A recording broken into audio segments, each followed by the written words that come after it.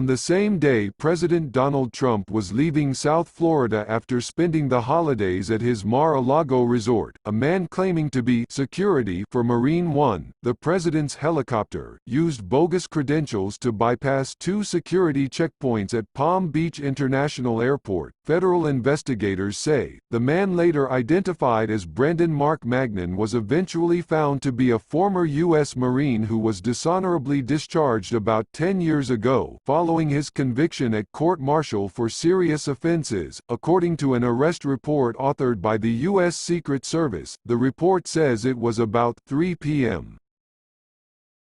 The U.S. strike that killed Iran's top military commander may have had an indirect casualty, a diplomatic solution to denuclearizing North Korea. Experts say the escalation of tensions between Washington and Tehran will diminish already fading hopes for such an outcome and inspire North Korea's decision-makers to tighten their hold on the weapons they see, perhaps correctly, as their strongest guarantee of survival. North Korea's initial reaction to the killing of Gen. Qassem Soleimani has been cautious. The country's state media was silent for several days before finally on Monday issuing a brief report on the attack that didn't even mention Soleimani's name.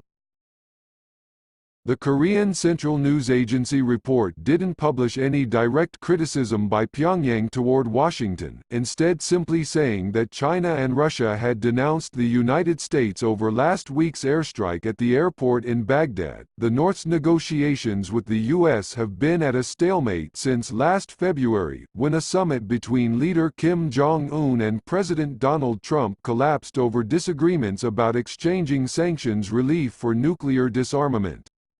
The North has recently pointed to that lack of progress and hinted it may resume tests of nuclear bombs and intercontinental ballistic missiles. While the killing of Soleimani may give Pyongyang pause about provoking the Trump administration in such a way, the North ultimately is likely to use the strike to further legitimize its stance that it needs to bolster its nuclear arsenal as a deterrent against American aggression. The North has often pointed to the demises of Iraqi leader Saddam Hussein and Libyan leader Muammar Gaddafi while justifying its nuclear development, saying they would still be alive and in power had they successfully obtained nuclear weapons and didn't surrender them to the U.S. Soleimani's name will soon be mentioned with them too, said Ko Yu-won, a North Korea expert at Dongguk University.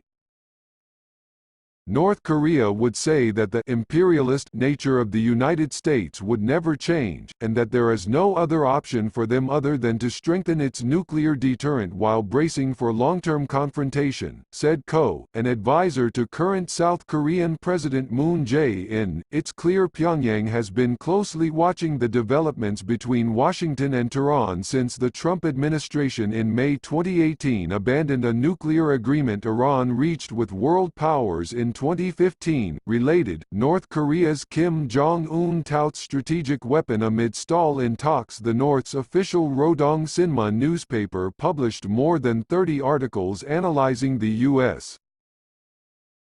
Iran tensions since last August, reflecting the keen interest of Pyongyang's decision-makers. Wang Il-do, a professor from South Korea's National Diplomatic Academy, recently wrote, Kim and Trump exchanged insults and threats of war during a highly provocative run in North Korean weapons tests in 2017. But then in 2018, Kim initiated diplomatic talks with Washington and suspended nuclear and long-range missile tests. The opening came after months of concerns that the Trump administration could consider preventive military action against the North. There are views that North Korea's measured brinkmanship of 2019, highlighted by tests of shorter-range weapons and defiant statements on overcoming U.S. led sanctions, were influenced by Tehran's calibrated provocations against Washington, which coincided with efforts to retain European countries participating in the 2015 deal. Washington's decision not to retaliate against Iran's interception of a U.S. surveillance drone last June could have emboldened Pyongyang, which possibly concluded it wouldn't have to fear U.S. military action as long as it avoids directly threatening American lives or more crucial assets. Some experts experts say, the U.S. airstrike that took out Soleimani came after Iranian proxies fired rockets onto an Iraqi base, killing an American contractor, and those proxies then helped generate a mob that attacked the U.S. embassy in Baghdad. In comments published New Year's Day, Kim said there were no longer grounds for the North to be unilaterally bound to its self-imposed moratorium on nuclear and ICBM tests, which Trump has repeatedly boasted as a major foreign policy accomplishment, but Kim gave no explicit indication that he was abandoning negotiations entirely or restarting the suspended tests. He seemed to leave the door open to diplomacy, saying North Korea's efforts to bolster its deterrent will be properly coordinated, depending on future U.S. attitudes. The U.S.